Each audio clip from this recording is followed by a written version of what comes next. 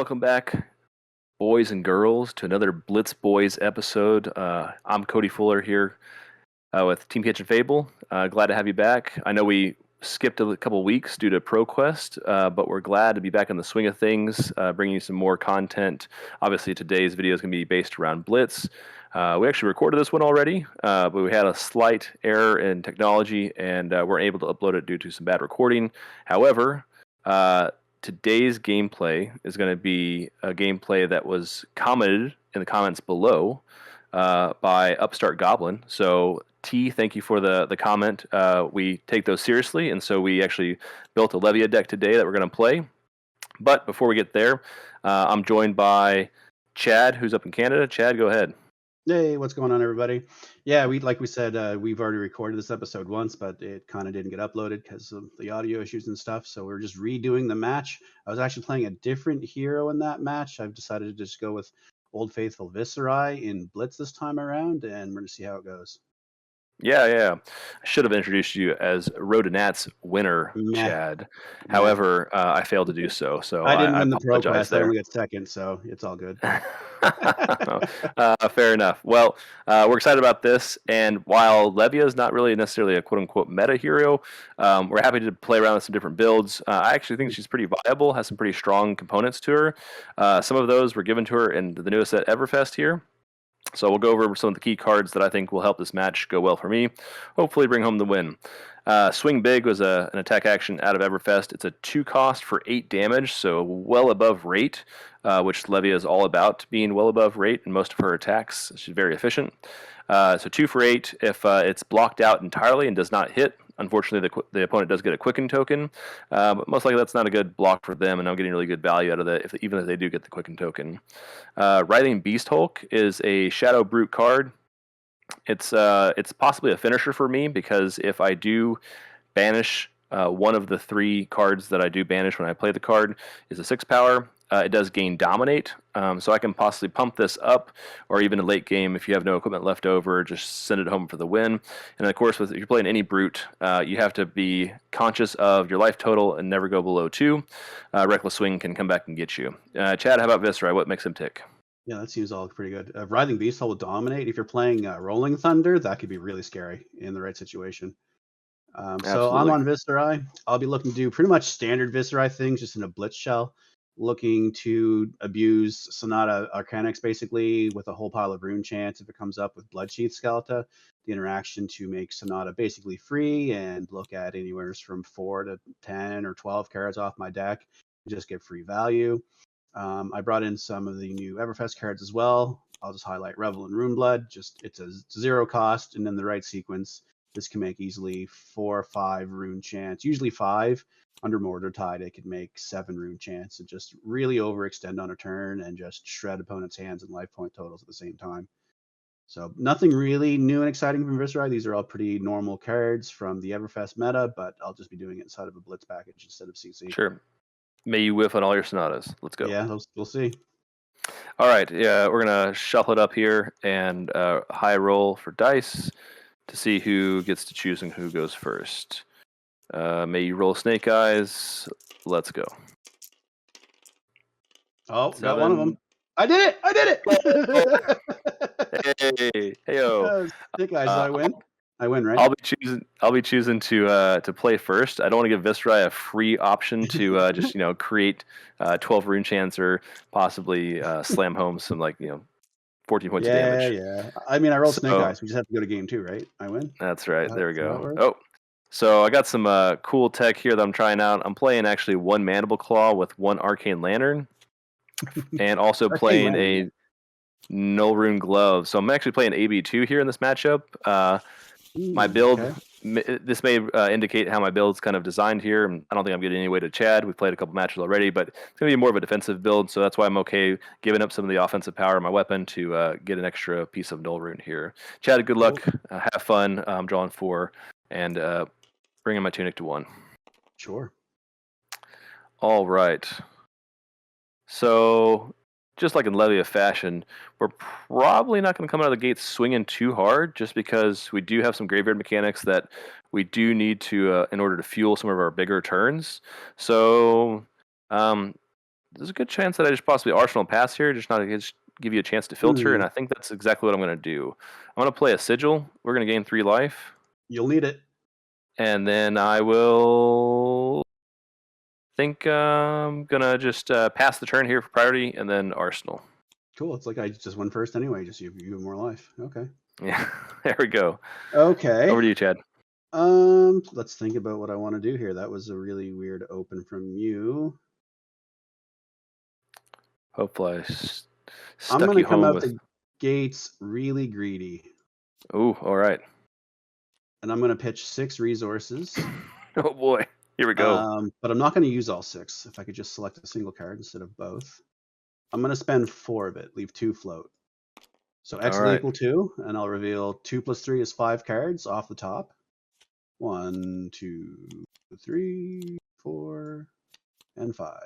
I will reveal them. For every non-attack that I reveal, I get an attack to my hand. Well, I revealed 1 Sonata and 4 attacks. So I will get 1 of these to my hand. I'm going to take the Swarming Gloomville. Seems like the most appropriate choice. We know there's probably going to be some more Arcane coming in this turn, so I'm probably not going to just pitch a red to the 1 Arcane, but we are going to block the Arcane. Thinking about our blocks here, we're going to block it with Smash Instinct, pitching that, block the Arcane. Okay. Or prevent the Arcane. Some weird play lines here. I'm going to attack with the Swarming Gloomville. This will make a rune chant for Viserai's ability because I played a non-attack. So this will gain the mode of go again and 3 power. And thinking about the blocks here, I know that you do have the abilities to activate creepers and possibly play even a red Read the Runes or a Revel in Runeblood, which would then pump its ability up to giving it the +1 and the on-hit ability, which would not allow me to prevent Arcane for the rest of the turn. So I do have to be aware and at least cognizant of that. But this 3 damage isn't too threatening at the current moment. So just thinking about our most appropriate and efficient block. We don't really have a phenomenal way to block this perfectly, but I think I'm gonna say no defense here. Are there any reactions? So I have a real hard choice to make here. I swear you're looking at my hand. But I'm gonna say no reactions. Okay. I am just gonna take 3 damage. Oops, okay. Go to 20. I'm just gonna simply end my turn with the red Read the Runes and make 4 go to 5.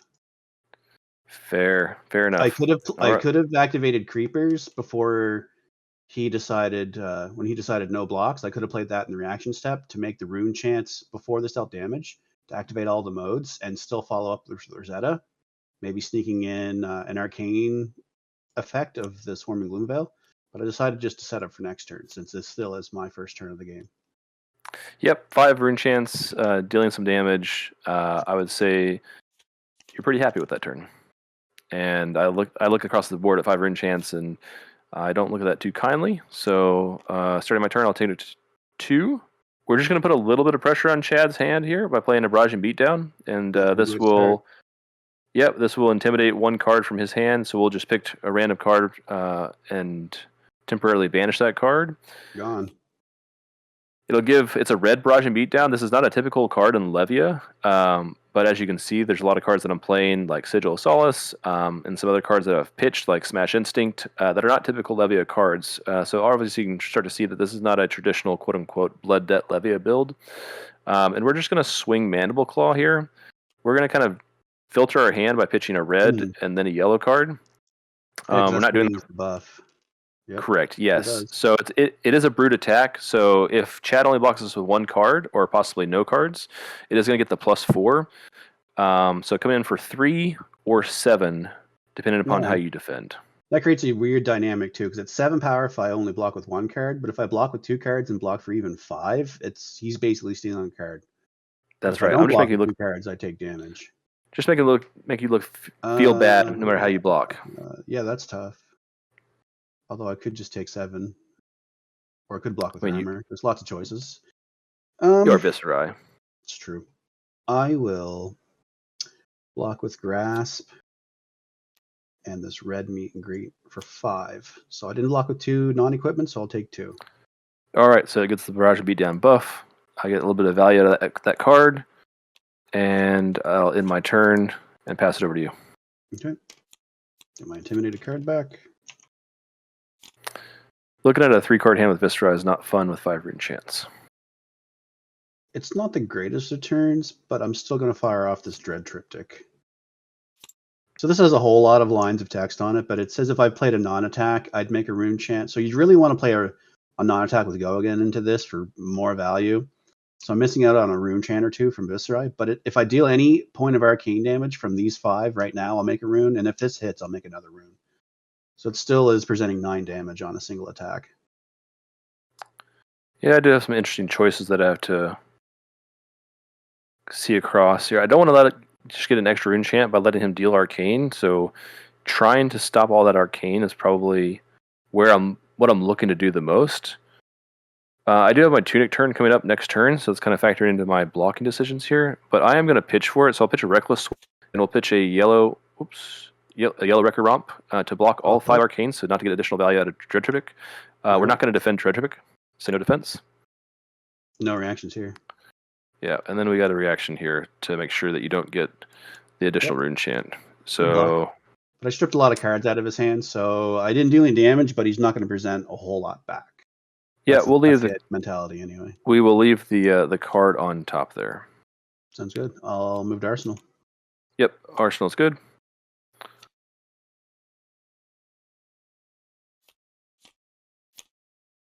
At the beginning of our turn, we'll take our Tunic up to 3.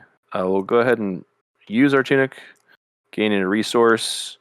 We will swing our Mandible Claw, pitching another red card, coming in for 3. Okay, red card plus Tunic. Yep, Tunic plus red pitch for just 3 damage. So not really presenting a whole lot, but we effectively kind of blanked him on his turn. Didn't allow him to get it set up for next turn, so we feel decently about that turn cycle. I'm going to say no blocks here. Sure. No reactions. All right.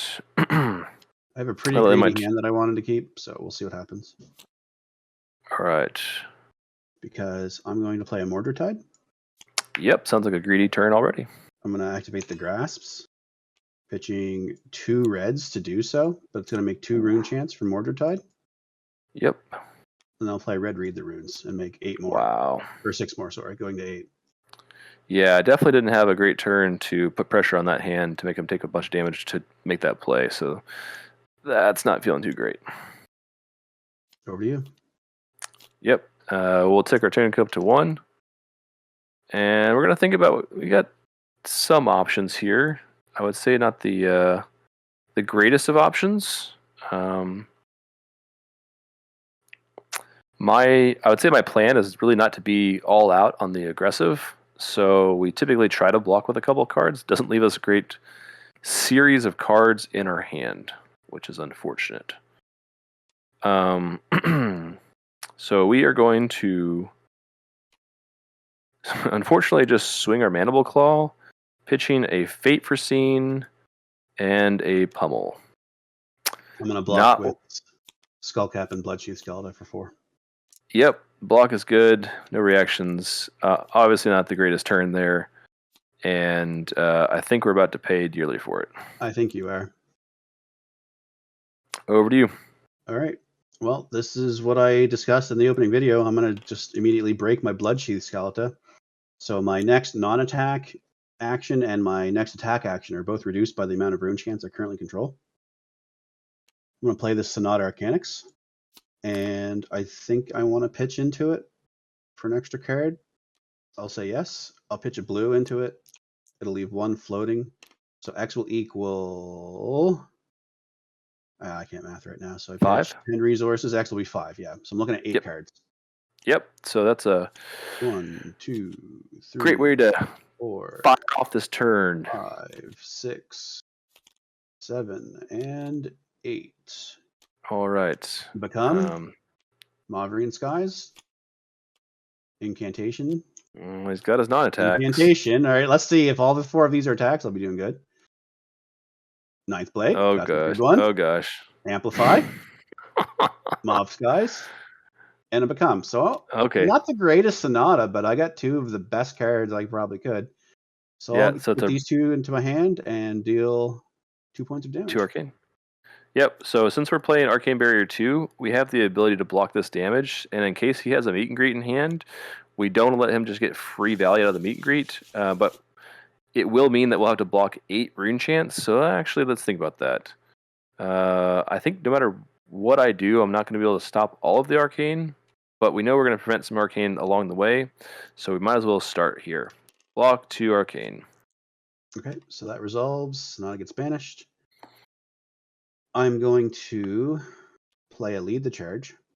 I probably should have played this first before the Sonata, because the Sonata would have made 1 more rune chant, so I didn't quite think that fully through. I missed out on a rune chant. But the Lead the Charge is going to be followed up by this massive Ninth Blade of the Blood Oath. Yeah, that's what I really like about Lead the Charge here, because it's almost like another blue Mavrian Skies. Of course, it doesn't carry the on-hit effect, but it gives you just another...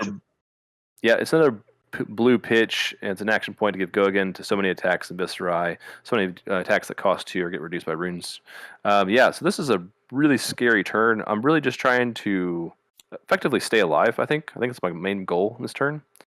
Because we know we're going to be taking quite a bit of damage here. So we're going to prevent at least 1 of the rune chants, so taking down to 7 rune chants, and we're going to think about how effective our blocks can be. Yep, so we're going to take the 7 other rune chants, go to 13. We're going to block for... Block for 3, and then we'll move to reactions. Any reactions, Chad? No reactions for me. We'll play a Sink Below from hand, and then we will sink a card. All right, so that's 7 block? Yep, blocking 7, taking 2 damage. Okay. Let's think here. Since I've dealt arcane damage, there's a lot of interesting nuances Viserai gets at this point. So I'm going to play this Rattlebones as an instant. Uh-oh. Or am I? I gotta think about this. Yes. And I'll pitch this red Amplify to cover the cost. All right. So I'll search my graveyard. I do believe I was swarming in here from the turn earlier. I do. I will You'll banish make a rune it. chant off that. I make a rune chant. And I'm also going to play a Revel in Runeblood. Oh, good lord. And make 5 more rune chants, going up to 7, correct? That would be correct. All right, so these are all fall away. Yep, something kind of nuanced rules interaction. We know that Rules 2.0 just came out and it works. Something interesting to note about some of the changes. It's a higher level interaction of change, but moving forward, it's going to be more appropriate for when you play a non-attack action to actually announce and declare that you're closing the combat chain, because technically speaking, you're going to have to actually play non-attack actions on an empty chain. Just something obviously very, very nuanced, but something to kind of be expected in higher level play. Yep, I should have declared that before I played the Revel. The Rattlebones I get away with because it was an instant, but I needed to close the combat before I played the Revel. Yeah, all good. Sadly, I miscalculated my resources by a 1. I was hoping to have 1 floating, but either way, I'm coming over with the Swarming Gloomveil for 7 runes and 4 physical. It does create a rune chant. Ones, but I'm under the effect of Revel, so it's just going to blow up at the end of turn. But I technically do make 1 for Viserai. Absolutely here. So it's going to blow up. Wow, that's just so much damage here, and it's really unfortunate that we couldn't draw more pitch cards. We had some reds in hands that we had to block with. So yeah, I think we just unfortunately take 7 damage and go to 4. And then on this Soaring Gloomveil, it's kind of tough for me to decide on what exactly I should do. Yeah, I think we'll just block it with our equipment here. Have some level of a turn next turn. So we're blocking for 4 on your 4. taking no additional damage. Seems good. I'll pass turn. I would say that was a phenomenal turn. Even though the Sonata didn't quite hit like you want it to, I think that easily could have been an OTK turn, but I got lucky there, I think. So I'll take Tunic to 2, and this is the risk that I take by playing Mandible Claws, that I don't have a ton of pressure, but it's just one less point of damage than Romping Club would be, and I get additional block value out of Arcane Lantern. So coming in for 3.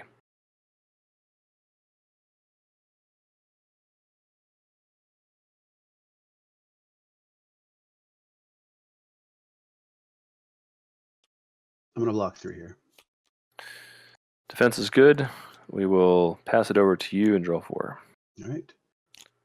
I got my second Mortar Tide. Oh, goodness. And I'm going to play it into a blue Spellblade Assault. All right. So comes over for just a measly 2, but it's making 5 rune chance for next turn. Yeah, so this is obviously a setup play for Chad. We're going to try to make him pay for this, ideally. But we do still have to block this damage because we're at such low life total. We still have Skullcap and Scab Skins that we could just throw at this real quickly and keep our entire hand, if we can actually make our entire hand function as a hand together. Let's see, we got a couple different options we're working through here. Got a couple different chances. When you're playing Brute, there's always some level of RNG that some of the choices that I've made in this deck have introduced now. And I think we have to take the chances due to the game and where it is, and trying to determine if I can actually get away with just blocking with one of these cards and not having to pay too dearly for it. Yep, I am going to save my equipment blocks here, and we'll block with a Beast Within for 3. All right, it's 1 card out of his hand at least. So I could have actually taken a different line there. I could have played the Mortar Tide and played the Become, throwing away the Spellblade Assault to get my other red reads and make 10 rune chance on that turn. But this still took a card out of his hand, so his crackback shouldn't be as ferocious. Yep, I think the Mortar Tide into Become into red read makes 8 total. Mortar Tide would... Yeah, you're right. You're right. Yeah, it's the ultimate hand starting for Viserai is Mortar Tide, Pitch to Grass, play Become. You're right. That's the word I was missing. Pitching the extra blue that I blocked with last turn. I had the hand. I sacrificed some runes for a little bit of pressure. I would say that getting 1 card out of my hand and setting up with considering that I'm at 4 life, I think that's still a great setup turn there. I'll take Tunic to 2. We kind of have to be. So we're going to play a Wild Ride, which is an Everfest card. It's a common that costs 2, and when I attack with it, first I have to pay for it. I'm pitching my Beast Within. Not normally would I pitch my Beast Within. I'd probably want to try to discard my Beast Within, but you can see that I block with my other one and pitch this one last turn because I don't want to take any additional damage this turn. So with Wild Ride, I have to draw a card, and then I discard a random card, and that's that's my arsenal card. Sorry about that. A little bit of lag on my end. Apologize. Yeah, so you can roll. We will. So the sideways one is evens, and the vertical one is odds. Looks like a 5. Odds. It's a Barrage and Beatdown. Wild Ride. So Barrage and Beatdown is the card that I drew. So I was taking the chance that I was going to draw the 6 power card here off the top, and well, quite frankly, I just didn't. So no go again. It just comes across for 6. So I think I can be greedy here and try to close the game because 6 is not lethal. If I had go again, I still might consider just taking it and see what followed up, but I'm going to commit to my no block here. No block. Yep, fair enough. No reactions. Take 6. 6 is good. And I'll pass to you. Draw 3. All right. So I got a few choices here.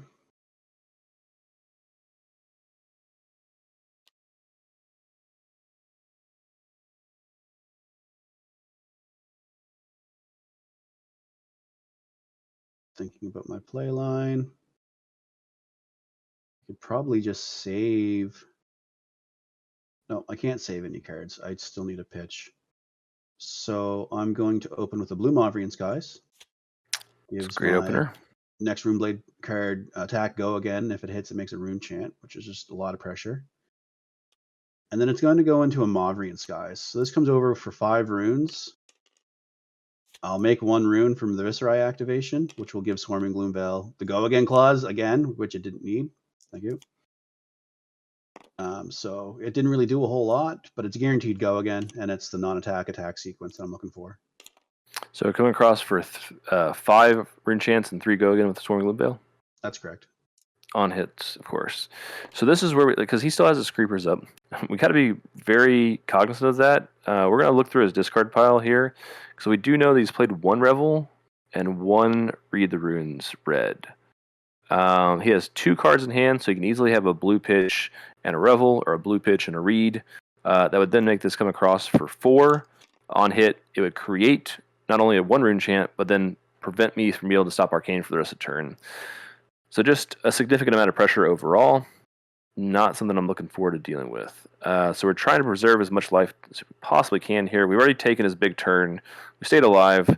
So we're looking to just like eke it out. And we're going to prevent all 5 rune chants. Prevented. And say, ooh, this is a rough one. We are not going to defend it. Are there any reactions? Yeah, I'm going to activate my creepers. And this is what we're kind of afraid of. Pitching a blue and throwing in a Revel to go to 6 rune chance. So I have the answer to that in terms of the hit effect, but I just don't have the answer that it was a Revel. We will Reckless Swing here. So as an additional cost to play Reckless Swing, I have to discard a random card. So we'll put our cards back on the table like we did. Oops, not that one. Oh, goodness gracious. It doesn't matter. It's not really important if I'm going to roll a dice to select it. It doesn't matter. That's correct. Absolutely true. We'll say this one is evens and the vertical one is odds. All right. We got odd. Odd. It is a 6 power, which we kind of knew about. So it is going to deal Chad 2 damage. It's kind of one of my win cons in the deck, so we haven't quite got down to that threatening life total here. So proceed, Chad. All right. With my Go Again, I'll spend 1 resource and attack with a 10 powered Rosetta. So 6 runes, 2 arcane, and 2 physical, since I played a non-attack and an attack this turn. Yep, this is just simply where we fall short. We'll use our Tunic resource to block 1 rune chant going to 5. And we just simply don't have enough pitch in our hand to even block the rest of it. We just have 1 pitch to try to prevent some arcane before we actually die, because we had to stop the arcane first. So effectively I'll stop 1 more rune chant and take 4 rune chants, and that'll be the game. That'll be it. Good game. Yep. Yeah, that was a solid series of turns from Viserai. I think Chad played it extremely well, and I think that I drew that Reckless Swing first turn of the game, and I put it into Arsenal, hoping to use it earlier than I did. Just never got an opportune time to use it. When I had the Fate Foreseen that I played earlier in the game, I saw a pummel off the top, and I was hoping to be able to play that pummel on a turn that you had that Mortar-Tide Red Read the Runes. Unfortunately, I just did not draw the pitch in order to play the pummel. Otherwise, I happily would have. So I think that caught me up, and I just I got caught on the back foot, and then could never regain some composure to even continue to stay alive. Even so, Chad, well played. How did you see it from your end? Yeah, you going first and basically gaining some life. That was a really unusual start, I think, for Levia, because you could have at least attacked and pressured my hand. So you had 23 life to start the game, but I basically had free reign to do what I want with my hand. And I also had a very good opening hand to make a lot of runes and set up. I started with Sonata and pitched into it. So I still dealt a really big attack, and I think I gained tempo really early. You chose to take some damage and presented some damage back, but it wasn't super threatening or no threatening on hits. Some of your turns just went. It's just a typical brute thing. You roll the dice sometimes, take the chance of discarding what you need to make a pressure turn, and sometimes you fall short, and that's kind of just what happened with your hands especially on the wild ride turn when you tried to gain Go Again. It fell short. Because otherwise, that would have been a big pressure turn. I would have been at a much more or less comfortable life total to do what I wanted to do.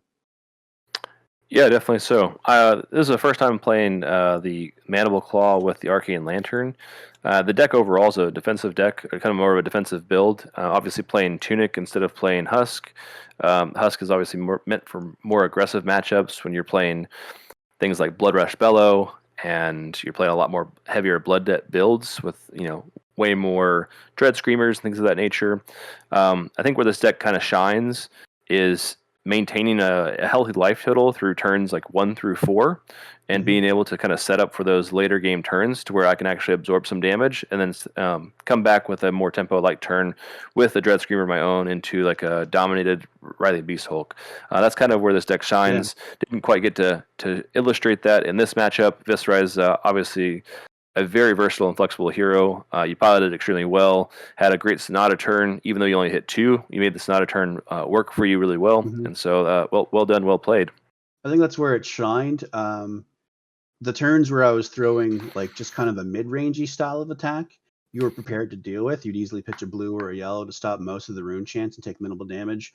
Block with a card, take minimal damage. So I wasn't really gaining much ground that way. So I don't think I could have sustained that play style. But I just happened to see a very strong Mordred Tide rune chant generation turn to make 8, and then the Sonata just happened to follow up after that. That wasn't planned at all. It just happened to come, and then I just exploded and overwhelmed you with just almost an insurpassable amount of damage, and it broke your hand, it broke your life total, and I could just maintain the drive after that. Yeah, absolutely. I think that's kind of I think it's what good Viserai pilots do is they play the cards and they play the match as it's being played in real time, and they start reacting and responding to what's actually happening in the match versus coming in with this rigorous game plan saying, oh, I'm going to OTK, or oh, I'm going to go tempo, or oh, I'm going to be this mid-range build. I think Viserai has to be flexible. Those players playing Viserai have to be flexible into the matchup. Of course, come in with an idea of what you want to accomplish in the matchup, try to enact that game plan, but being able to pivot when certain cards come or certain opportunities present themselves. I think that's really important to Viserai. Awesome. So Chad, I know this isn't quite what we had discussed in the video prior to this. However, I'm interested in your thoughts going forward as we go into Skirmish Season 4. Kind of what you're looking into, kind of what you've seen in the meta so far, what some of the stronger heroes are, and in the comments below, if you have some ideas on who you'd like to see us play next, throw out the comments below. Take your suggestions seriously. Obviously, we played a Levia build here. I'm not a Levia player. I think that Mansant, Ethan over there on his channel has probably got way more better Levia deck tech. So if you're interested in Levia deck tech, so I'd point you his direction, not necessarily to my build here, but if you're interested in my build, we'll throw it in the links in the comments below. So Chad, what are you looking forward to? What are you seeing out there? Yeah, the skirmish season coming up and Blitz in general. Viserai is definitely a big contender. He's one of my arch nemesis. I've been playing a lot of Kasai, pretty much the same Blitz list that we showcased in the last video that we did together. A couple deck tech modifications since then, but it's probably 95% the same list. And I've been playing that just a ton, just playing grinds. I'm probably up to like 40 matches or so on it, and I've maybe lost 8. The wins on Kasai are really good.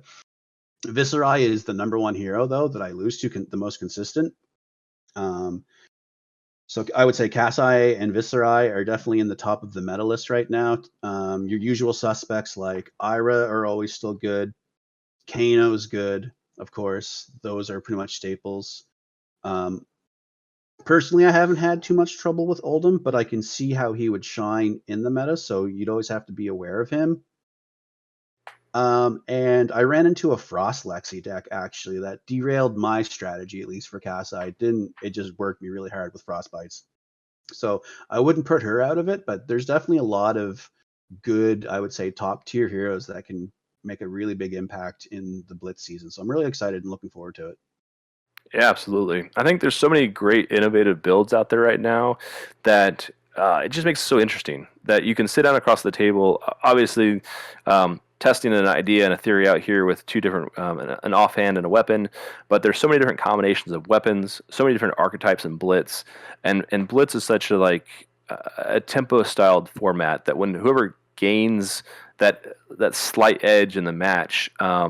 is a lot of times who ekes out the win. And when you sit down across the table from any one in particular hero, there's so many different ways that that opponent can build that hero that you're not always sure of what they're going to be doing, not necessarily what you're going to be enacting your game plan. Like with Lexi specifically, I've been playing some games recently.